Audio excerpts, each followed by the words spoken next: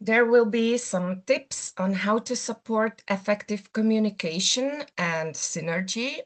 I try to create some tasks or assignments for you with these tips. We can use also for our work in hybrid teams.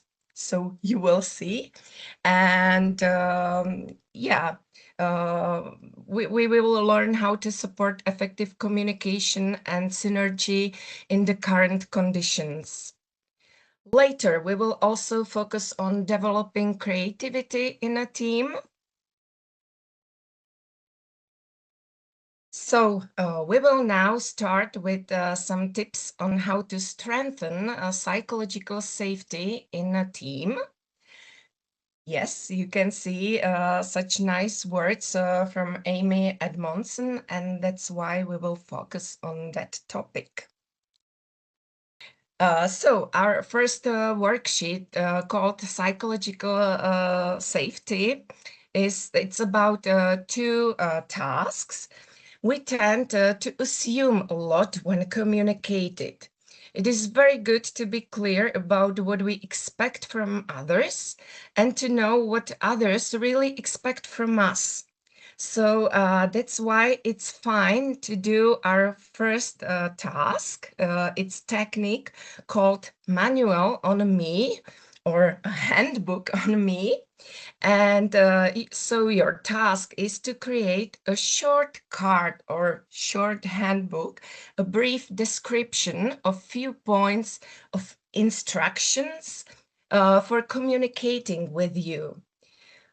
For example, how to best communicate with me, what suits me, when I'm most grumpy, what motivates me, and so on. Maybe you can write and then talk about another points, something what is really very important for you.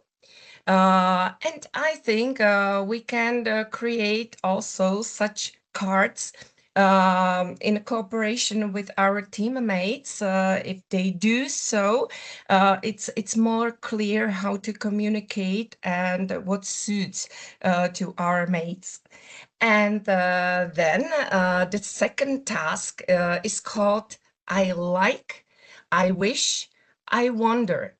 And it can really help us how to give feedback to colleagues so that it's not perceived as an attack on their professional integrity.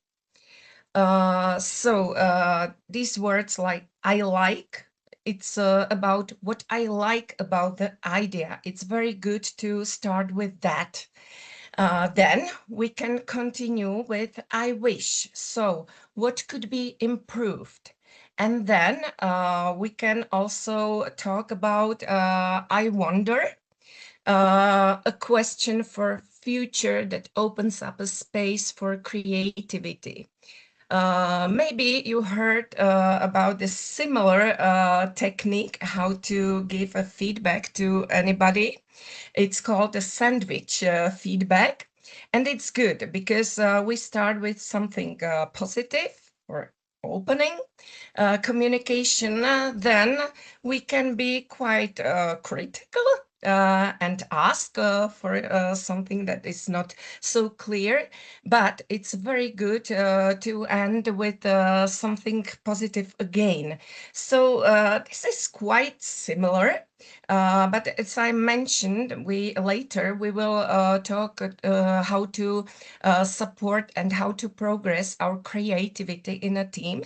So I'm really curious about your recommendations for I wish, which is for, and I wonder especially, which is, as I said, for opening a space for creativity. So it will be fine if you imagine a real situation. Maybe you are now currently in a situation to discuss something with your colleague or maybe a student, and this is a good tool how to do it. So I will give you some time to create this work, this task. So let's have some 20 minutes to think about it. And then I hope we will discuss a little bit about that. And I will be happy for your experiences. Well, I'd like to say that my experience is we tend to assume a lot in a communication, to suppose something, and probably we should ask more because it's usually our point of view, and we think it's mainstream, it's normal. And sometimes so we can see it's not. My first question for you, what do you prefer in a communication? How is the best to communicate with you?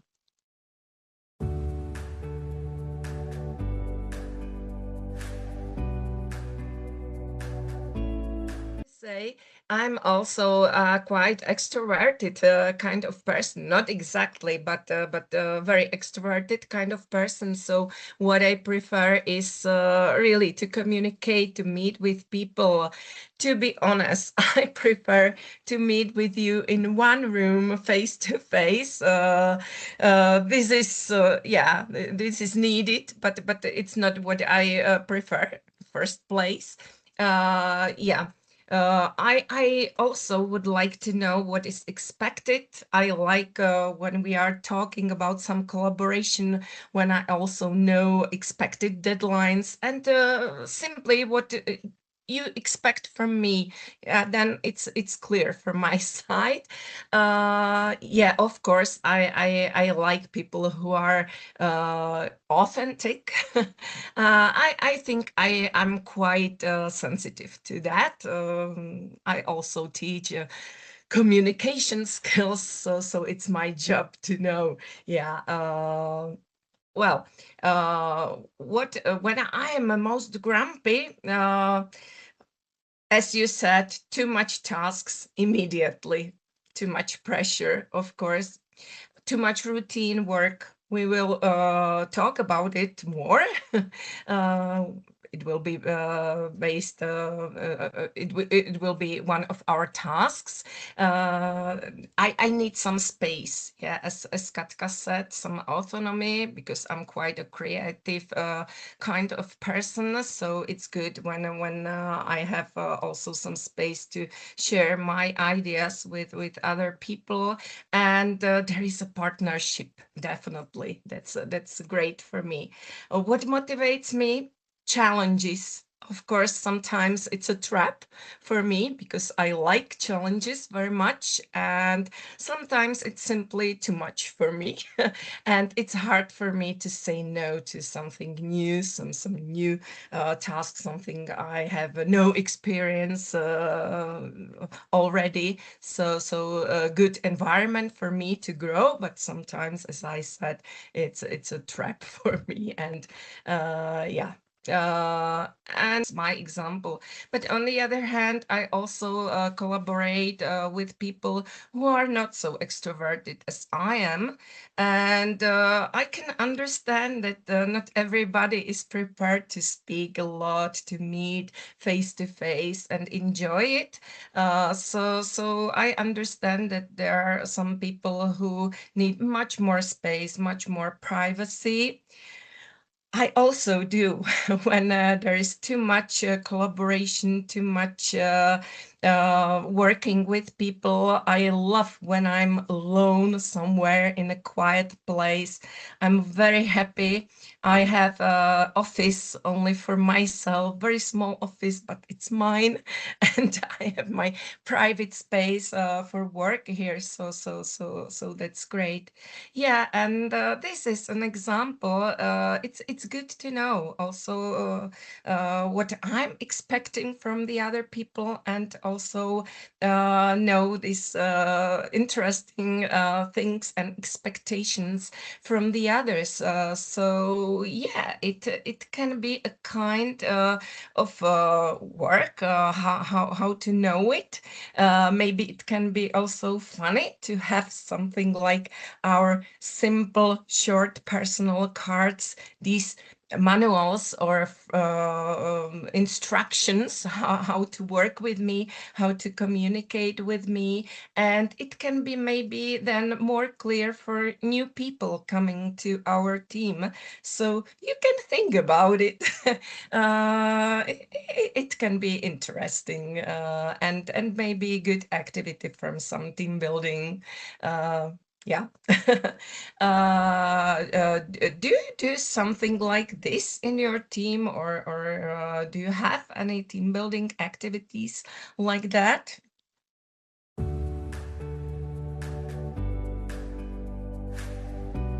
Yeah, it's nice, but again, it's not for everybody, maybe, and maybe we should respect that not everybody is prepared to share so much with the others. But on the other hand, it's something that a lot of people expect to know something more than only your tasks and your work activities. But it's good to know you a little bit more like a person we are cooperating and coexisting with. Yeah.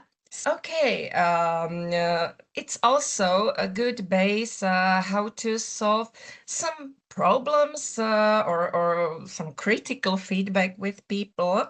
So, what about the second task with these words? I like, I wish, I wonder. Maybe my first question is, do you use such words when you talk with people and when you should be critical sometimes?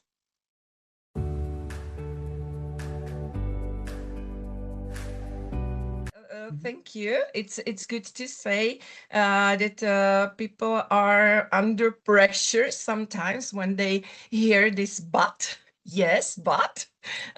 So maybe we can replace this word with I wish. And it's the same meaning, but much better for a lot of us. So what's your opinion? And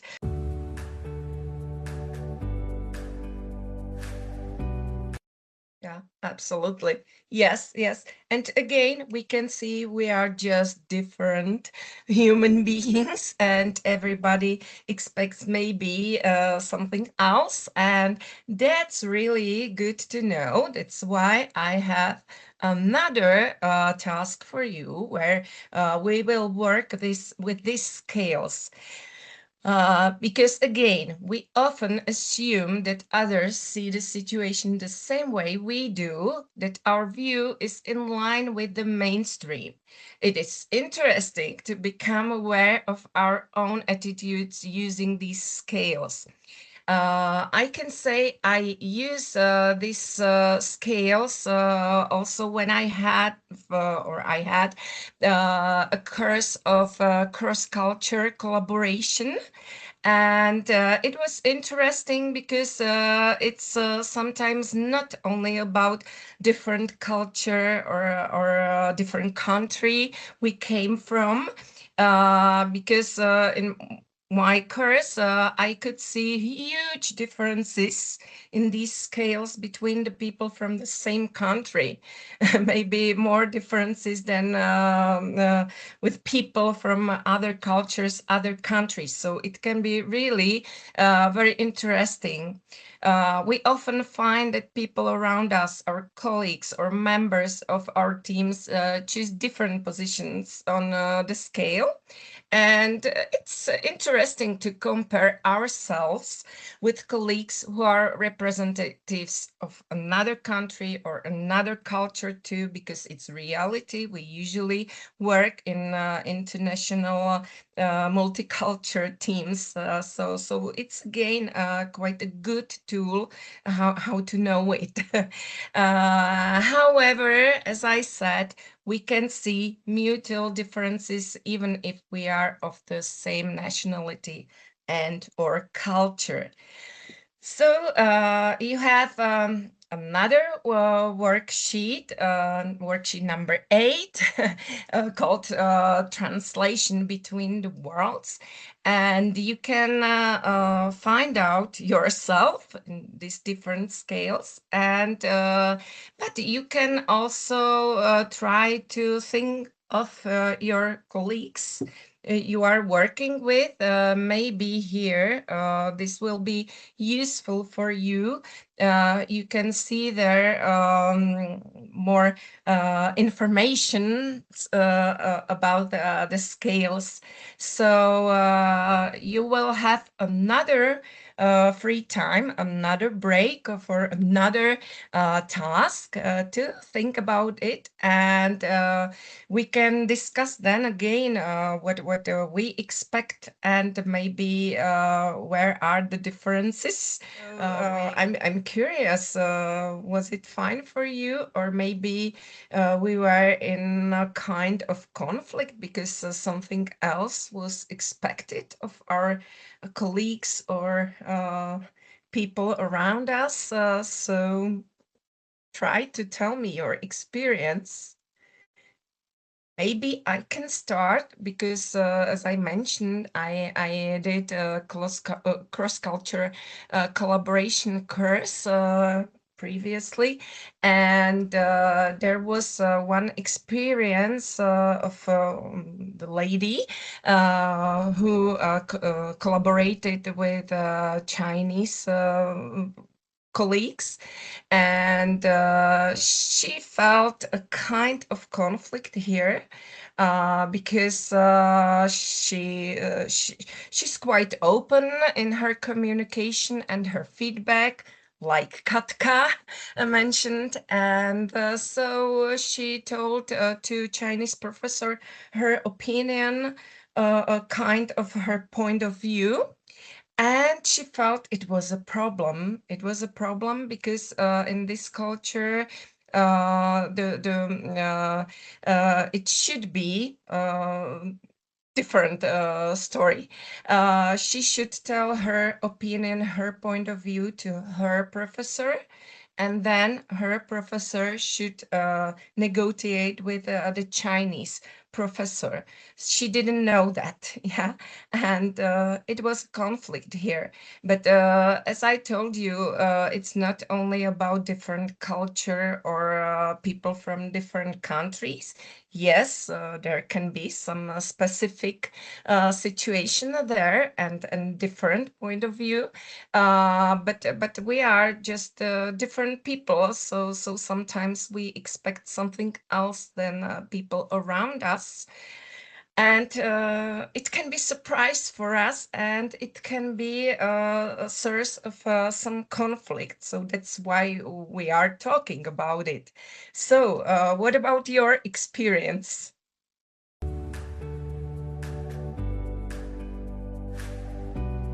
Don't think it's needed to change ourselves, but maybe it's better to be prepared, to be flexible, because as I said, the situation can be specific. We can talk, and we can collaborate with different kinds of people, and this is, I think, a very interesting point of view, very interesting evaluation of ourselves, of our teammates, colleagues, because it can open our eyes, and maybe it helps us then to collaborate with someone.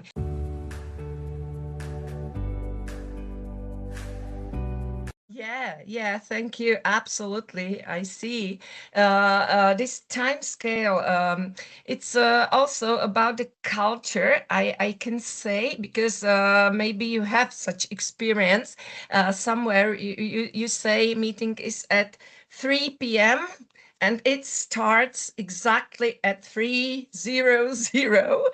Yeah, and then maybe you have also experience with culture, but it's about three, maybe it will be maybe four, maybe six, or we don't know exactly if it will be this day. Yes, so do you have Mina, this experience?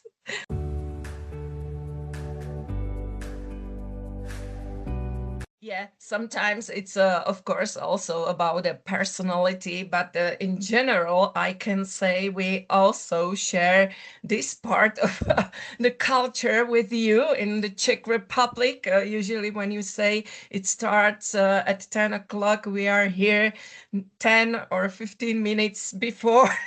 For sure, because most of us, not everybody, but a lot of people like it when it's very clear and we are very serious about the terms we are talking about. But it's not for everybody. Yeah, so good to know. Good to know. Yeah, thank you.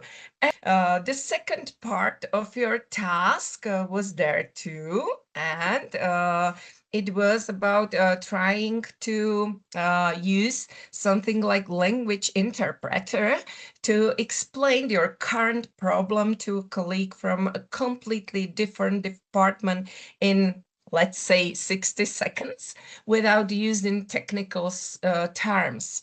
It can be also useful when you come somewhere and you need to briefly introduce yourself. Again, that's very good because, we use some specific words, some specific technical maybe terms. Sometimes it's very natural for our community we are in or we usually live in. But it's maybe not so clear for other people, and it's again a good training, a good practice how to say things more clear. Maybe I have an interesting example. We have a very good project at our university called Green Light. It's a kind of mentoring program for our students who would like to start with their own business.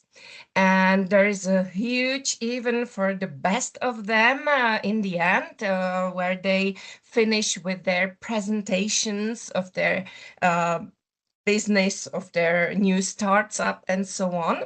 And they have a really very intensive training, intensive practice on that. And a part of this preparation is to introduce their business to their coach. And it's called elevator pitch because they go up with the elevator. We have a building of 10 of 10 stairs. So it's about some 30 seconds, 1 minute, and it's just the time for them to introduce their business. And it's very good. It makes things more clear, let's say. So, is there anybody who would like to practice it just now? So you can explain us some problem you solved just now very clearly, very briefly, or you can introduce yourself. It would be also nice to know who is there. So really very briefly, very clearly.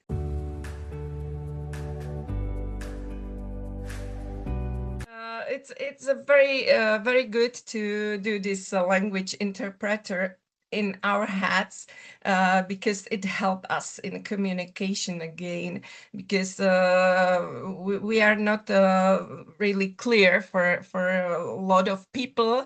They usually don't tell you because it's not pleasant to say I don't understand anything, especially when we are from the culture that is not used to behave like this. So they can say yes, yes, yes, and they have no idea what you are talking about. Yes, so in conclusion, I can say that yeah, we can meet with people who are from culture or who are used to talk from the point of view like this. They are relationship based. They are using indirect feedback. Yeah, and they really focus on relationship a lot. And in such cases, they usually say yes because they don't want to hurt you. They don't want to make any conflict, and the reality can be really very different. So we can go on, and that's why I add some tips for you, some techniques so we can use, and we can use it also for a hybrid collaboration because it's one of the trends, and it's maybe then more complicated to communicate, to collaborate. So from my point of view, these techniques are very useful for such cases too. Yeah, we can end groupthink a little bit. And we can, for example, use so-called devil's advocate method. Uh, we heard Katka's way how to communicate, so maybe it's more natural for her and not such a problem. But as I said, it can be a problem for some people to say some critical feedback that is really, or that could be really relevant and good for us. So that's why we can use such method. So devil's advocate method learn to separate disagreement from personal attack. Sometimes it's hard for some of us.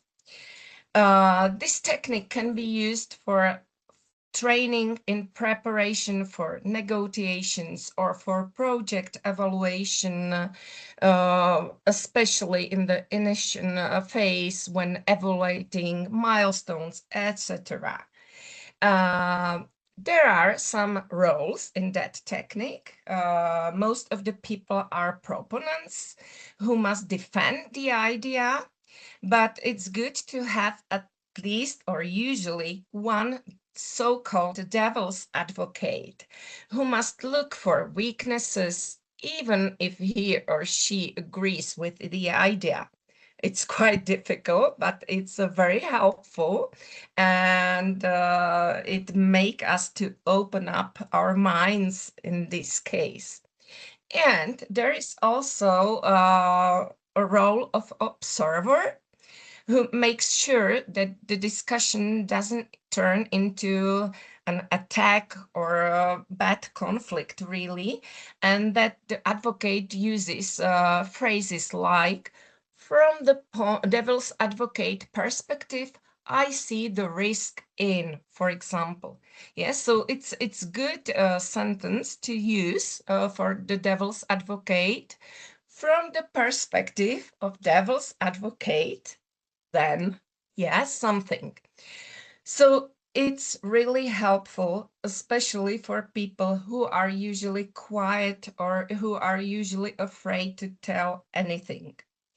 Oh, we can also imagine the situation when we have a kind of a hybrid meeting. So some people in room and some people only on camera.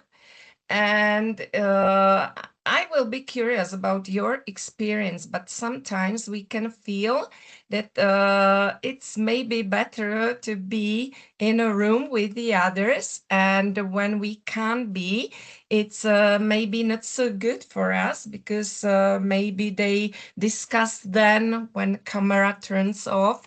and their position is much better than my position, only through the screen. So it's one of the ways how to be like a partner, so we can give this role to people behind the screen who are usually maybe too quiet. So it's one of the ways how to do it. Yeah, so for you, for your task, you can see the worksheet number 9 called Hybrid Synergy. So why now? Here is this technique, Devil's Advocate Laboratory. And your task is try to look at your current project or work activity like a devil's advocate. Look for weaknesses and reflect on what it's like to have permission to disagree. Yeah, sometimes that's it. That's the effect. Yeah, people then feel more free to open up their minds or do some critical feedback. Yeah, so that's it. And as I talked about, there is another technique called hybrid audit. And here the goal is to identify injustice in current hybrid collaboration.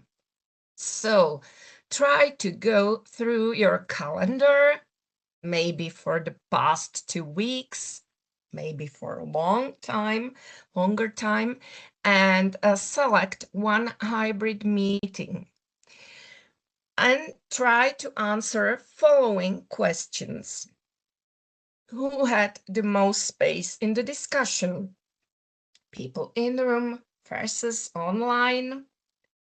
Was there real-time shared notes, or were things resolved in halfway after Teams was shut down? Yeah, that's what I talked about. Maybe sometimes we shut down the camera, but the discussion continues, not with people behind the screen, of course. And so the task is to suggest one specific rule that you will implement next time for these hybrid meetings. For example, the person online always takes notes, or when one is online, everybody will be online. I don't know, it's up to you.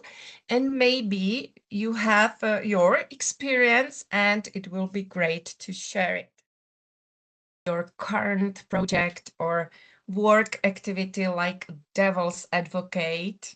So they do look for weaknesses and try to find out some critical feedback to your project.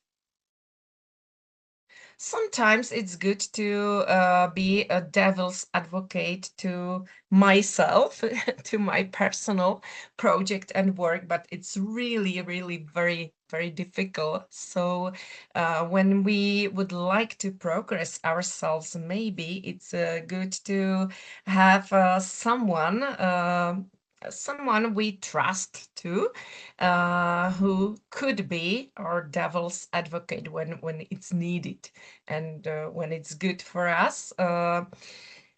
I have to say, I like discussions like this, and sometimes I can be a natural devil's advocate, very nice, but I like to disagree sometimes when we try to do or create some solution. And I think it's a part of work of people who are researchers or who would like to do some creative kind of work. It's good to disagree.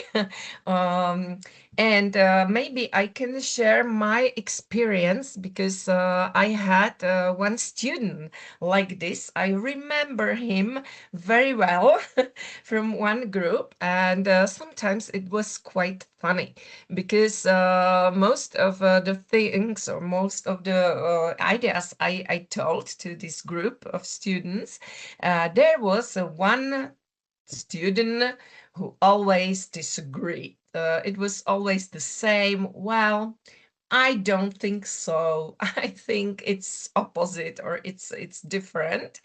And it was like kind of conflict situation. And I have to say that other students, a lot of them were very sensible sensible to it, and it was quite funny because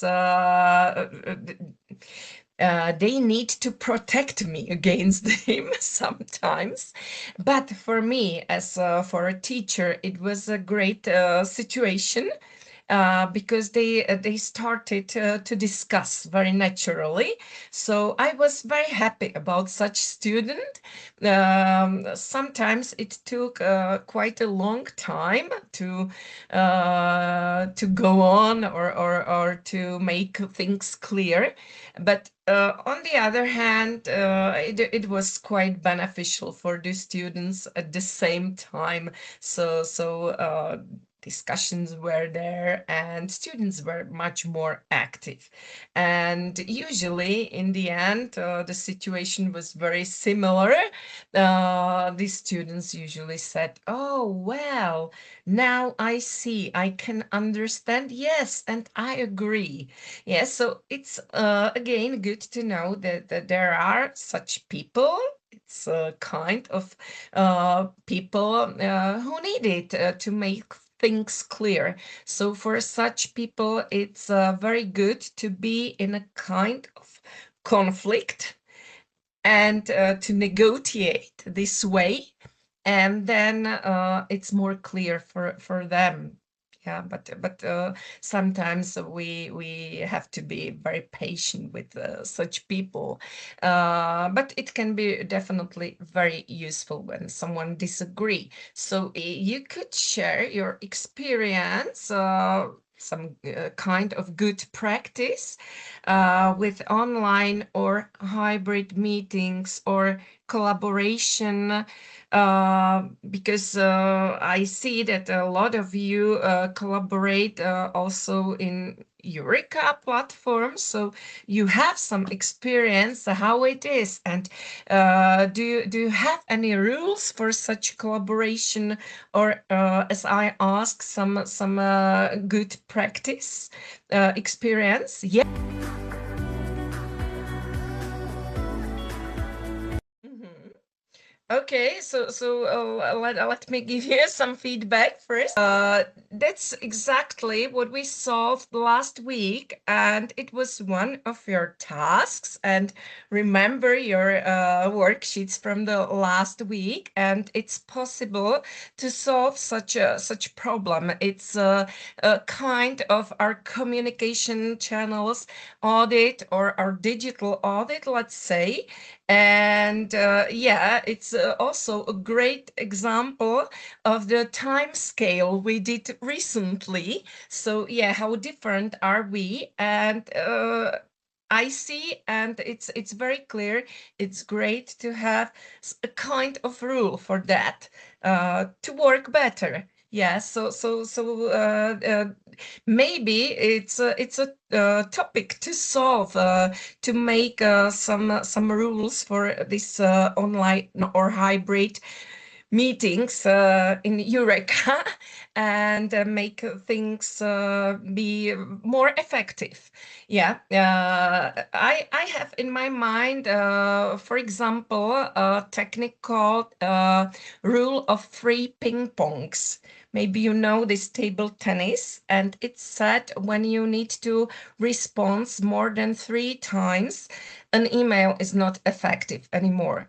It's for some personal meeting or online meeting, maybe with a specific person, but it's exactly what's happening when everybody needs to inform everybody and we put all the people to copy. I call this situation email spamming. and that's something we need to stop. Exactly, if possible. Yeah, because it's madness then, and not good for us, of course.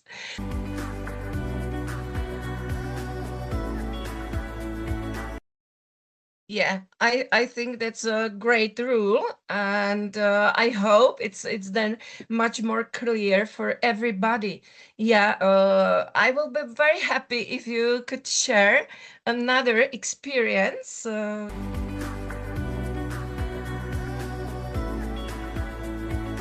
Here are some other possibilities. As I mentioned, in some teams, they have this rule: if anyone is online, then everybody is on screen. But maybe it's not good for every situation and for everybody. So it's, of course, up to you. Yeah, and I think Patrick talked very well about the problem of asynchronous communication. So yes, this was very good example. And maybe you can also share your experience with some digital tools. Okay, so, I have another activity for you and another topic. We will talk a bit about team roles for sustainability. There is a team roles typology. You can see it. Three roles: scout, builder, and maintainer. This Scout Builder Maintainer typology is a modern and a highly practical framework that focuses on how team members naturally approach tasks, innovation, and long-term project sustainability. This model complements classic typologies such as the Belbin team role test, for example, or Belbin team roles methodology, for example, but simplifies them into three core archetypes of energy. These energies are essential for the life cycle of any projects, from the initial spark of an idea to its stable routine operation. In a sustainable team, especially within an academic environment, balancing these roles is the ultimate key to preventing burnout. I will explain each role maybe more. So let's start with the scout. It's so-called team's radar. The scout lives in the future. Their primary responsibility is to constantly scan the horizon, map the terrain, and bring fresh inputs and the ideas from the outside world into the team. Main focus is on innovation, trends, networking, identifying new opportunities. In academic context, this is the person who is always the first to know about upcoming grant calls, for example, or some opportunities. Frequently attends international conferences, introducing cutting-edge research topics, and connects the faculty with external industrial partners, for example. Strengths of the scout: high creativity, visionary thinking, the ability to inspire and excite others, and excellent networking skills. So usually very communicative people. Weaknesses and risks of scouts: quickly loses interest once an idea becomes a routine operation. They can easily overwhelm the team with too many impulses, leaving everyone unsure of what to prioritize. They generally dislike dealing with administrative tasks and minute details. Yeah, so that's the scout. Then we have a role of the builder, his so-called team's engine. The builder takes raw ideas from the scout and transforms them into reality. They are a person of action who thrives in the blank canvas phase, loving the challenge of building something from scratch. Main focus is to execution, transforming concept into concrete, specific projects, rapid progress. In academic context, this person is who sits down and writes the first comprehensive draft of a grant application, for example, assembles a new project team, physically sets up or equips a new laboratory, programs the core version of a software, or designs the structure of a brand new degree program. Just examples. Strengths of the builder: high work ethic, strong result orientation, and the ability to overcome initial system rigidity and obstacles. Weaknesses and or risks of the builder. They can have a tendency to steamroll the others with their intense pace. Once the project is successfully built and enters the standard operational phase, they get bored and immediately look for the next big thing to build. Yeah, so people of challenges. And then we have the maintainer, so-called team's anchor. The maintainer takes over the finished work from the builder and ensures that it functions, thrives, and delivers value in the long term. They are the ultimate guardians of stability and quality. Their main focus: processes, optimization, sustainability, documentation, and relationship care too. In an academic context, the crucial person for everyday operations.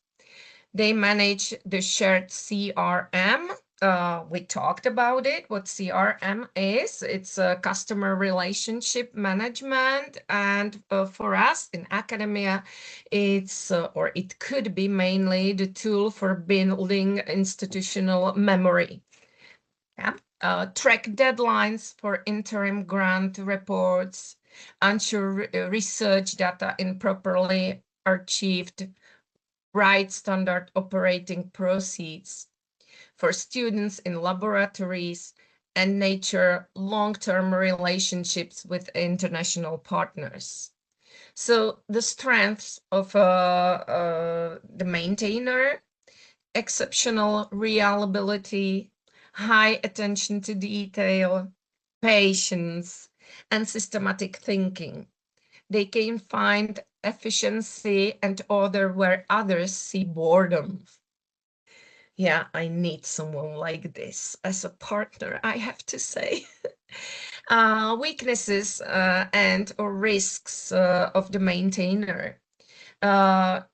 These people can be resistant to rapid change or disruption, leading to excessive procedural rigidity. Yeah. They are often the least visible members of the team, even though the entire structure would collapse without them. Okay, so these are characteristics of these three roles in a team for sustainability. And you have there a worksheet number 10, team role analysis.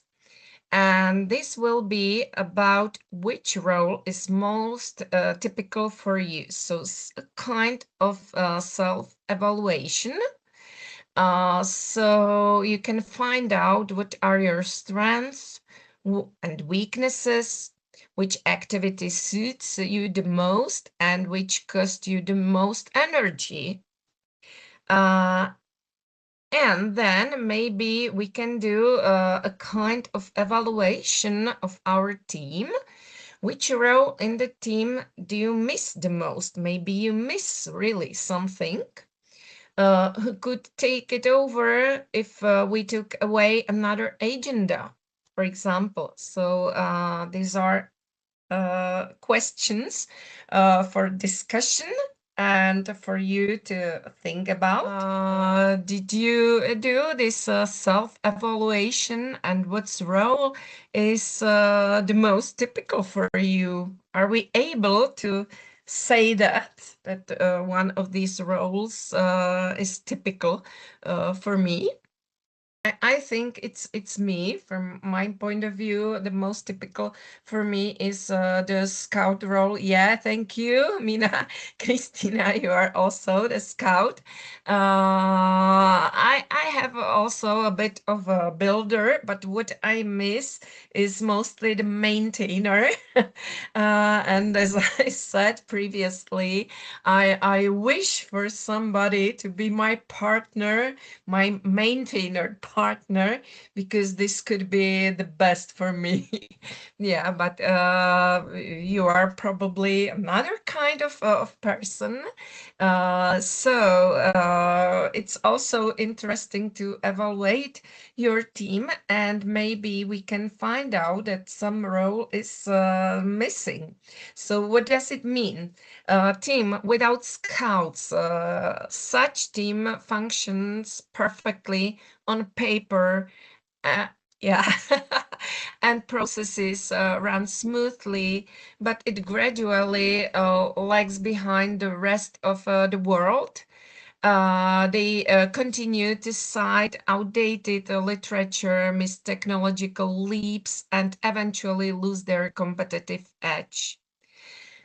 When the team is without builders, so what does it mean? The team has plenty of grand visions from the scouts and excellently documented current processes from the maintainers, but they cannot move forward. Brilliant ideas remain forever trapped in meeting discussions. That's a problem. And finally, a team without maintainers. By the way, the most common cause of burnout syndrome. The team is constantly discovering new things and launching new projects, but nothing is ever brought to a proper close. People are completely overloaded because more and more unfinished tasks from past projects keep piling up. The system becomes extremely brittle. Here is the connection with our bunny world, relying on ad hoc heroic efforts of exhaust individuals rather than sustainable processes. So yeah, here we can find out the answers why we are so tired or bored or not so effective.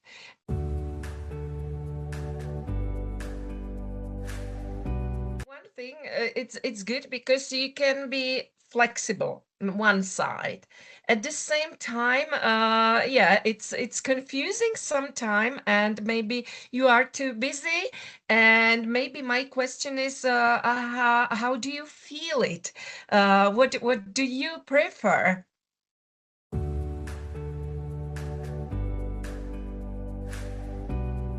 We should do definitely the most of these roles, the most of this work, but it's good to know that something is maybe not so natural for us, and it costs a lot of energy Yeah, sometimes. yeah, Yeah, for me, for example, to be the maintainer, it's not something I really enjoy or I'm passionate with. You know, I can do it. Of course, I can do.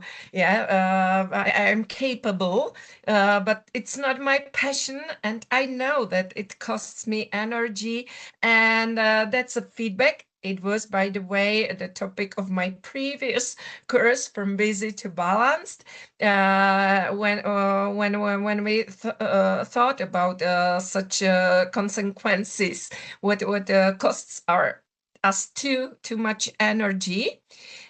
On the other hand, the question is maybe the role of maintainer could be done by some technology now. Maybe we can use some sophisticated AI tools. That's a question, and maybe some of you have some experience with that. So it's also something to discuss. But definitely, we probably have such people in a team.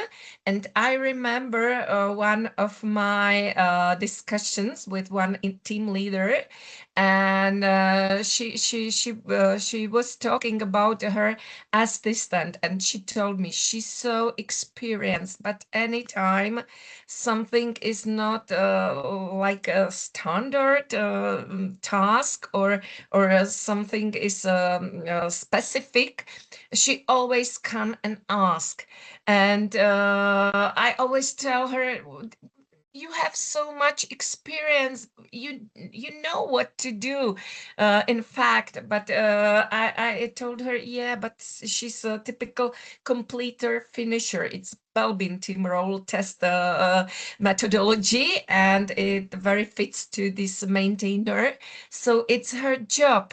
When you exactly tell this lady what to do, how it should look like, she will do it, and it will be perfect, with details and everything. But in a situation when she has to take responsibility and do something creative, she's too much under pressure, and that's it. Yeah, so we can think of it from this perspective too, also as team leaders. Does it fit to my people, and why they are maybe so bored or burned out?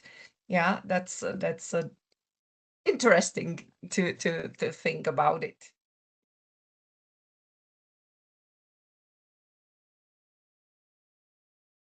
Do this evaluation to know what's the best for me, for myself. What's the challenge for me? On the other hand, what costs me a lot of energy, maybe too much energy, because when I know it's possible to do something with that. And it's also interesting to compare a role I prefer, and on the other hand, a role I need to do. So one of your tasks was also to look at your schedules and to see what you have to do, what are your tasks, and what role you need for doing these tasks. I can start because I have to say, from my point of view, the situation is that I mostly work alone myself. I have to be very independent, and I like to be a member of some team. And as I said, my preferred role is scout, maybe the builder. My weakness is maintainer. It's not something I really enjoy or I'm passionate about. So that would be great for me to cooperate with someone who can support me and help me in this field. On the other hand, I really can be creative, and I enjoy this at my work, because my role now is quite specific. I'm not a part of a specific faculty, and that's what I like at my work. I teach for all the faculties at our university, and it gives me some overview. I like exploring and knowing new things, new information from different specializations. So I'm always curious what IT people do, or what civil engineers solve right now. What are the trends of their specializations? So that's what I really like and enjoy at my work. On the other hand, I have to do papers. Of course, I need to do some administrations. So as my colleague talked about before our break, it's needed to be flexible, of course, but if some of the roles are missing in your team, or in a situation when we usually do something that costs too much energy for us and it's not related to our personal type, it can be a problem. And then why are we surprised that projects are not progressing, or that we are burning out? That's it. Okay. So we can continue with another topic, and we will talk a little bit about creativity and how to progress it in our team. First, I can say that creativity is quite related to our time management. Because I don't know, maybe discuss with us, but some idea comes immediately. Usually it's like this. And it's hard when we have some specific time to create something, and to be highly creative in some short time, especially. So it's usually not possible then. And this can be a problem, because imagine the situation. I can give you my example. When you have really a lot to do, and this idea comes immediately, as I said, it's now the best you can do is now to sit and think about it and make some notes, because that's great. We should use this magic moment for the next project, or for something really very useful. But in a situation when I need to hurry up and I'm under pressure, especially under time pressure, I sometimes I did it. I said to myself, all right, in the evening, where there will be some calm, I will sit down and I will think about it. But in the evening, it's gone. It's usually gone. So you would like to think of it, you would like to do some notes, but it's over. Yeah, so yeah, that's the question, how to do it.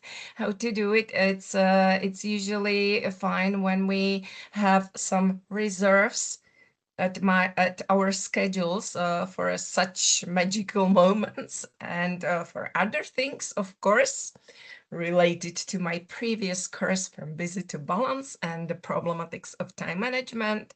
There are some solutions, but it's not easy, of course. I can also recommend you, because I'm not sure if you do something like the notes of your ideas, if you have something like your diaries, or some notebooks for that. Maybe give me some inspiration. I can give you an inspiration. I can recommend you a book. How to Take Smart Notes. The author is Zenke Arens, the German man, and this is very, very good. I will take a link for that to the chats, and I definitely add the reference to this presentation, so you will see it there too. So maybe you can inspire yourself. Okay, now it will be about some tips um, uh, how to be more maybe creative or how to develop creativity in our team. Here we can see two possible techniques, but maybe you use something else, and this will be great if you share with us. First technique is so-called liberating structures, 1, 2, 4, and all. And what does it mean? This is for a kind of brainstorming. It's good for situation when we have a specific meetings for sharing some ideas or starting something new, but we have a limited time. So it's a kind of sequential idea generation. One means that we have 1 minute for working alone and thinking of this idea. Then we should continue 2 minutes in pairs. Then 4 minutes in a group of 4 people in fours. And then we can discuss a whole group. This method, this technique is good for using also for hybrid teams. It's possible we can create breakout rooms for such discussions. And of course, we can adapt this technique for our specific work. My recommendation is 1, 2, 4, but maybe you realize you can spend more minutes alone than in pairs and then in small groups. Yeah, so you can try it. And I've created worksheet number 11 called Developing Creativity in a Team. So here is the description of this method. And maybe you can think about for what kind of work, for what kind of projects or ideas it's useful. Another possibility is to do a kind of brainwriting. Here is the technique 6-3-5. But again, of course, you can adapt this technique for your specific situation, of course. The idea is that we have 6 people, 3 ideas, and 5 minutes. It's brainwriting, so it's without any talking. So no talking, just writing and developing each other's ideas. Or we can create some virtual sticky notes, something like this, or real sticky notes when we are in one room. But this technique is very useful when we are online or in hybrid situation. How you usually do it?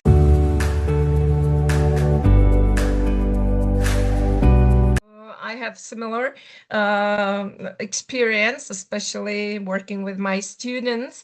And I can understand that it can be very challenging and maybe pushy for introverted people to participate.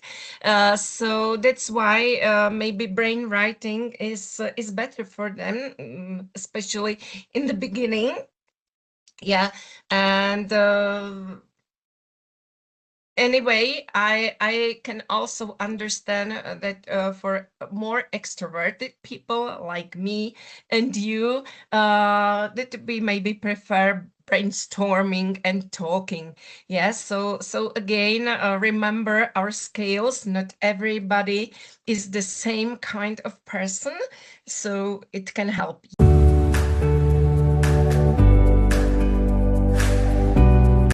Well, you can be really very flexible on it. Yeah, we can have smaller groups, but this idea was 6 people is good for discussing ideas, even if it's brain writing, and we have 3 tasks. So we have 3 questions maybe for the beginning, and 5 minutes for thinking about it, and we put it together. And it can be also a kind of icebreaker in the beginning, and then we can continue, for example, with brainstorming. So this, from my point of view, is not bad when we have more people who are not so communicative, or more introverted, and everybody has the space to express their ideas. Yeah. Of course, we can make more groups, and one idea for each of the group. It's also a possibility. Yeah, Okay, but so everybody's working individually, but in a collective, in a way. yes, So yes, yeah, yes, yeah. that's it. That's it. Yeah, and it's limited with this 5 minutes, so then we can continue. And yeah, that's why I talked about it. That it's maybe better for the situation when our time is limited, and we have just I don't know, 1 hour, half to hour to be together, so we can work more effectively. Mhm. Of course, in some situations, we can prepare for that. So we can send some sample questions to people, and we can think about it. And then we have a meeting, and we are prepared with our ideas, and we can start. And this can be also very effective then.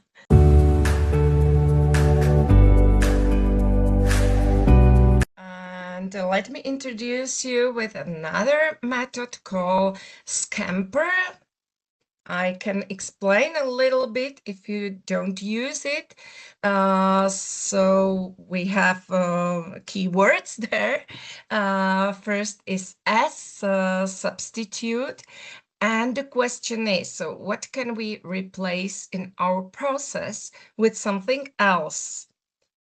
Yeah, and some of recommendations or some examples, we can try substituting people, roles, for example, when we are talking, because it's our topic for today, doing meetings.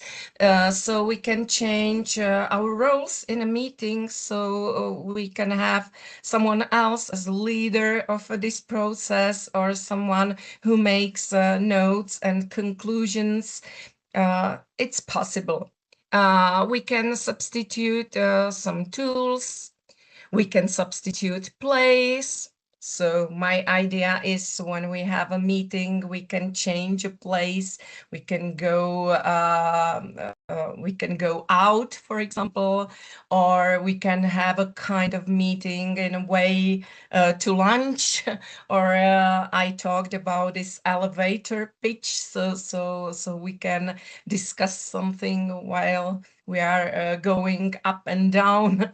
With elevator, it's really up to you.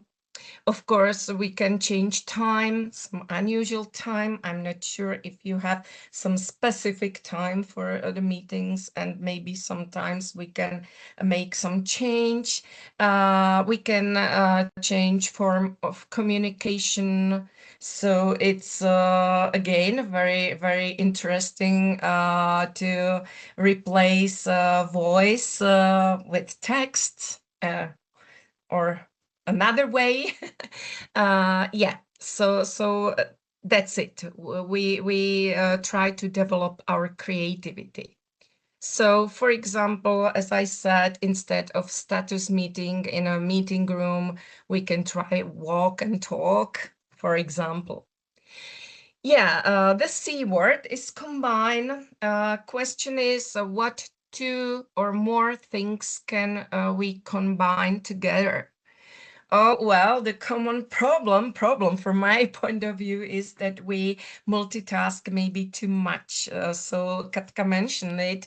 Maybe we are here in this seminar, but we need to do another work at the same time. It's reality. On the other hand, maybe I talked about it last time, that this is maybe toxic for our brain. It's very demanding for our mental performance. So be careful about that. But maybe we can really creatively put two unusual things together, so we can try to combine two different projects, some skills, or two different colleagues together. We can combine education with relaxation. That's what I try to do. Sometimes, not all the times, but sometimes I can do it. So it's possible sometime. And of examples, we can, for example, combine monthly reporting with an informal lunch, and celebration of some success, for example. Yes, so again, we can be very creative. What's interesting to put together? Okay, the word A is for adaptation. And the question is, what works elsewhere and could we copy for us? So maybe we can adapt some methods from sports, from IT field, from nature, or from some competition. So example of this can be, how do pilots prepare before takeoff? We can use their checklists for our projects. For example, I use this. Then we have M for modify, magnify. Question is, what happens when we change the scale or properties? So we can try to modify frequency, length, intensity, attention to detail. The point is to do some change, and this can help our creativity, or show up more effectivity in the end. So example how to use it is, for example, what if the meeting lasted only 5 minutes, but it can be every day maybe. For some one, it's a horrible idea, but in some cases, or in 1 week, it can be a good change, and more effectivity for us in the end. Then we have a P, put to another use. The question is, how else can we use our resources, time, or space? So we can use, for example, office as a gallery of something. It can be a gallery of our ideas, of our work. We can take a mistake as a training. That's a good tip, because I don't know what's your experience, but I can talk from my point of view in Czech Republic, and I think we don't use a mistake in a process very well. because making mistakes, it's not a catastrophe. Well, sometimes it can be, but especially for my work with students, they usually have a bad habit. It's better and more safe for them to do nothing than to do some mistake. And it's good to know that mistake, it's a kind of feedback. So it can be very helpful, and it can push us to another level when we are able to work with mistake well. So it can be our goal to take some mistake and turn it really to something very useful, for example, as a training. So example, we can use a failed project as a case study for new colleagues, for example, and it can be a good part of onboarding process of them. Yeah, we have E, eliminate. And the question is, what can we do without? What is holding us back and draining us? So, for example, unnecessary emails, we already talked about it. Duplicate approvals, dysfunctional rituals, and yeah, so my example is, for example, declare a no meeting day and watch your team's productivity soar. So yeah, again, we can be creative. And the last are reverse, rearrange. And the question is, what if we do it completely the other way around or in a different order? Yeah, sometimes it can be, again, very interesting, and maybe it can push us and develop our performance. So we can change order of steps, hierarchy, who is leading the meeting, for example, or perspective. We can use client's point of view or student's point of view. And we can, for example, start a meeting with what went wrong instead of what is done, to address barriers right way. So yes, we can use this method. You have worksheet for that, so you can use it for your projects or for your work, and think about it, what we can change our process. It's good, very good for people who hate routine, and we have to do some routine work. So we can do it another way, and it's challenging and more interesting than uh, for people who prefer strict strict roles and strict schedule. It's good how to progress, because it's reality.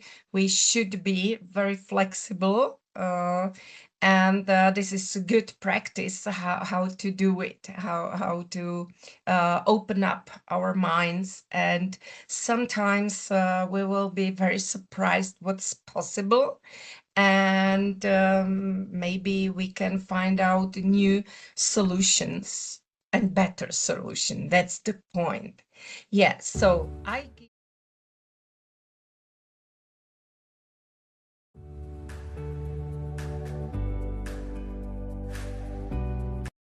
yeah, thank you. Thank you for that, because definitely it's a tool how to open up our minds, how to start to think out of box, because that's what we should sometimes do, and we are maybe not used to, or we don't believe ourselves that it's possible, but it is. So we have to try just. And yes, this can be a good tool, of course.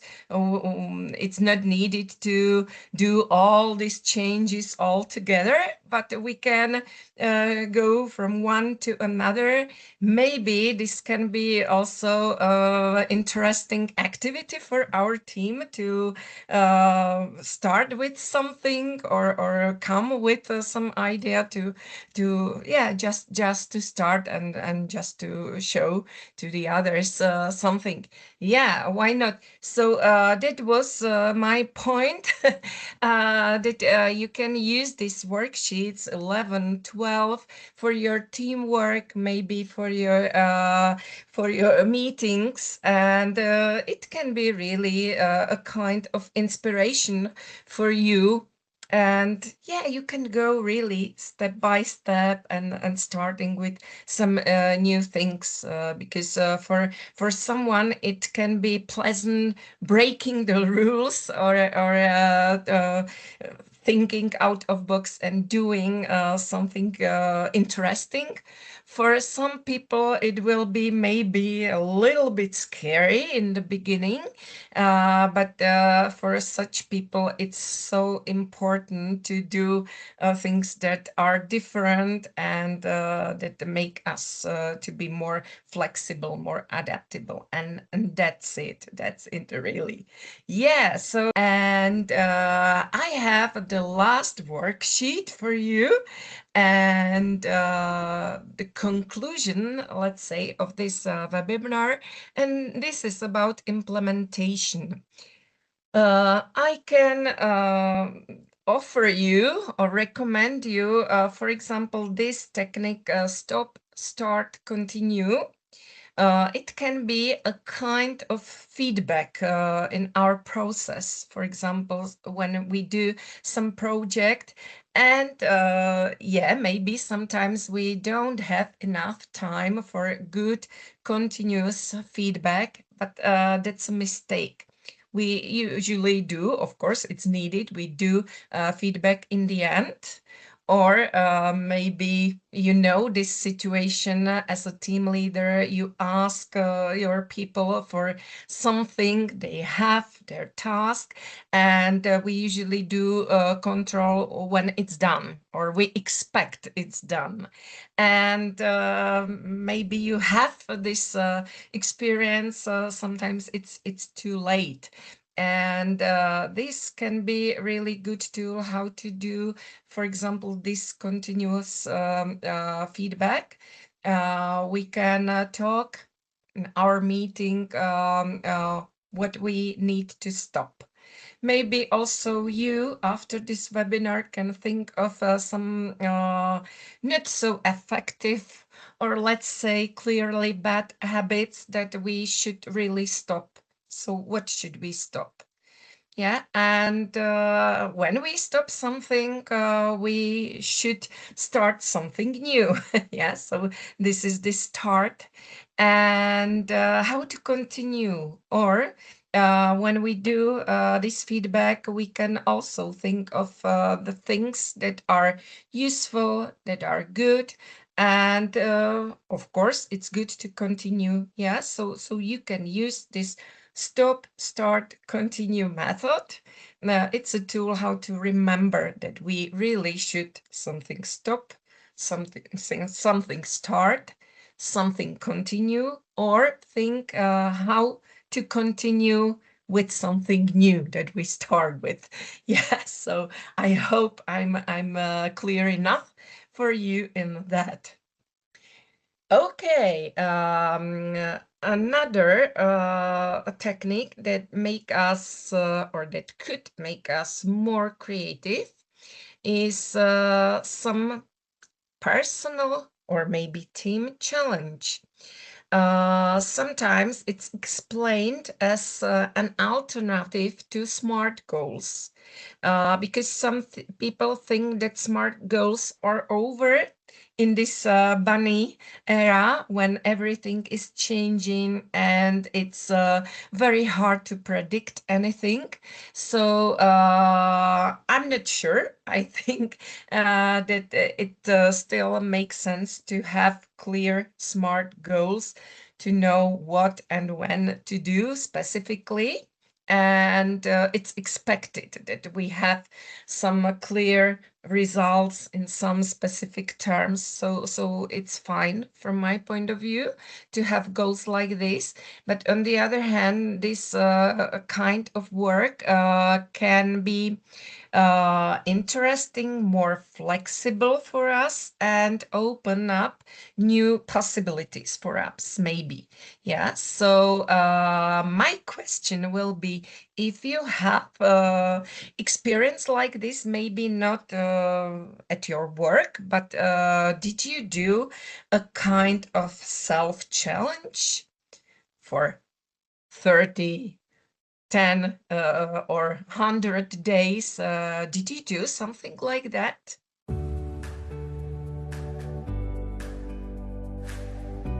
For the areas you would like to develop, for example, I have one example from our university. I'm not sure if Alena Kashparkova is here, but she creates workshops of focused on paperworks and how to do the papers, and this is one of the tools how to do it, to have some continuity, so to do some challenges like this. I will write down for, I don't know, 10, 15 minutes, 30 minutes every day, and I will see what will be after this 30 days. So what's going on? Try to design a small experiment for yourself, and that's it. That's for us who like it to be creative, and who are really curious, because this should develop our curiosity also. So I will do a certain thing for a amount of time. It's really up to you, and this agreement should be meaningful for you, achievable, of course, continuous, because it's not about how you said that it must be done till something specifically done till a specific deadline, but I will do something for some time. Yeah. And yes, of course, it's controllable. I know when I do it and when not. Yeah. So unlike a linear goal, it supports an experimental mindset, and that's it. Yeah. So repeating attempts is a key part of an experiment. The more you do it, the more mistake you make. The more and the more mistake you do, the more you can learn. Therefore, it is necessary to complete the cycle. Yeah, for completely new things, a shorter time frame for, I don't know, 10 days, it's fine. Maybe more effective. If we are building on previous experience, we can try, for example, 3 month or 100 days agreement. And the point is to create some routine. For a good experiment, it is important to record how it's going. At the end of the experiment, when you have enough resources for your recapitulation and feedback, you can decide whether to persevere, continue, or take a break, or finish it, or change it. Yeah. So that's it. It's a different kind of working, and for some people maybe more interesting. And yeah, because I can decide that I will do some changes. It means for me that maybe I will choose a different way. how to continue. And that's interesting, isn't it? So yeah, I did such a challenge, not at work, or I don't know, but my example is not from workplace. I was or I completed a course of hormonal yoga, and then I created a challenge for myself to continue for 30 days, and it was really very beneficial for me. And I did this kind of experiment with myself. So I thought of what time is the best for me. Sometimes I did it in the morning, sometimes in the evening, and how I will feel after some 10-15 days, how I will feel, what will be my feeling after this 30 days. And then I decided to continue. It's not for every day, but yeah, I'm trying to continue. Uh, yeah, and that's it. So what do you think? Is it useful for you? And do you have any idea? Maybe you try to create some kind of challenge for yourself or maybe for your team. Yes, Jirka?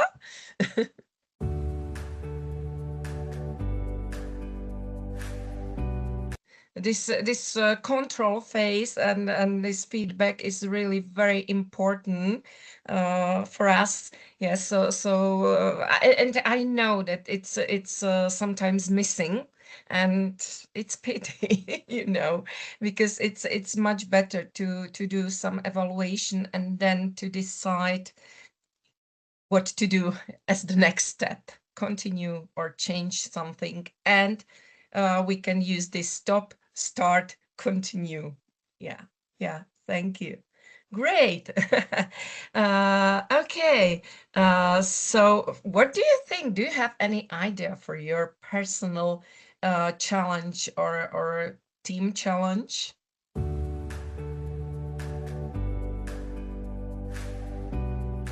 You could be very you can be very creative in your 30-day, or I don't know how long way. So while these 30 days, you can experiment with different approaches, for example. Yeah, so the last thing is the Monday commitment.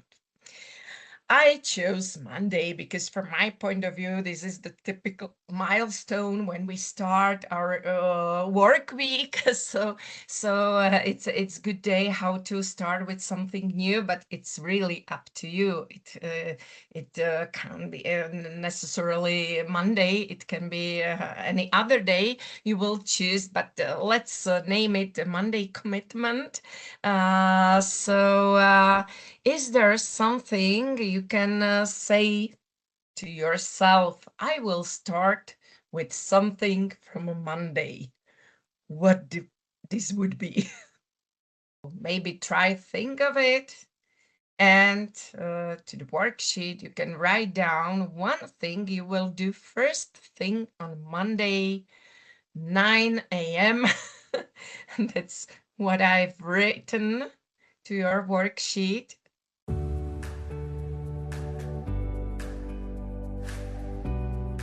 Okay, but my feedback when it's meeting at 10 at 9 Monday, you can maybe add something new, maybe something from Scamper method, some new question for your team to create or to develop the creativity, and that's it.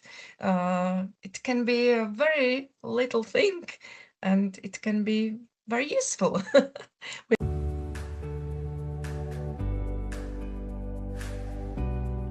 Yes, absolutely. And why not? Because it can be something like this, something very pleasant, something like ritual, how to start our work week. Why not? And we can change it. We can create new and new ideas of how to start, how to begin our work on Monday morning. Yeah, thank you.